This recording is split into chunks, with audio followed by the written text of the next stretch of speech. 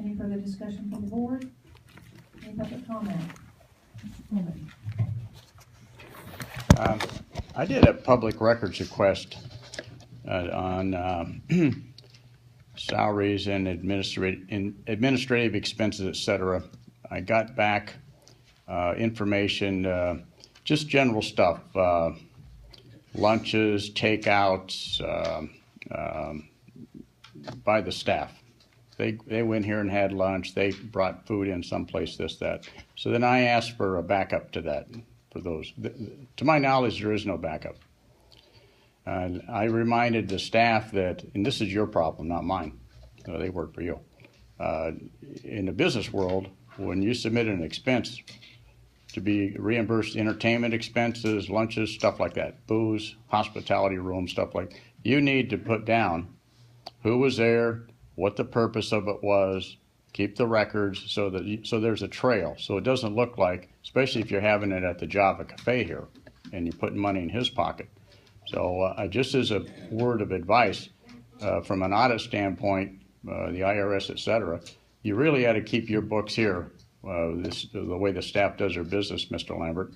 When you submit your mileage and stuff, and where you make 5 trips a day to the Commerce Park, and declare mileage for that. I know you were trying to get the Commerce Park extension passed by giving tours to Mr. Thompson here, but just as a word of advice, I think you ought to follow the rules. Now, I also noticed in there salaries going to, I think it's the paddleboard guy. I believe that he's been on salary. He may be another one of these no skin in the game guys that's been on salary for a year or year and a half now. Do you guys know that? Do you know that he's taking a salary monthly? Do you know that? With your questions, Mr. Coleman. I'm asking you, Chairman. Do you know that or not? Yeah, that's an EDA grant. They approved whatever budget that he presented. You know as well, and I'm going to wrap up my questions by answering what you just said.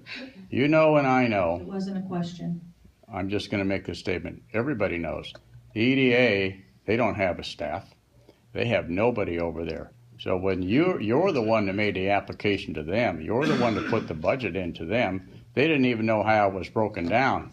Miss Blum was confidential. They didn't know any of that stuff. So when you go back to them and say it's on their back and they're responsible for all these expenses, paying the salary of a paddleboard guy, you can't put that on their back. They don't even know about it, and they have no way to even check it. And when you run this stuff through the clerk of the court, nobody's verifying those expenses. They're just seeing if they got a receipt to go with the check.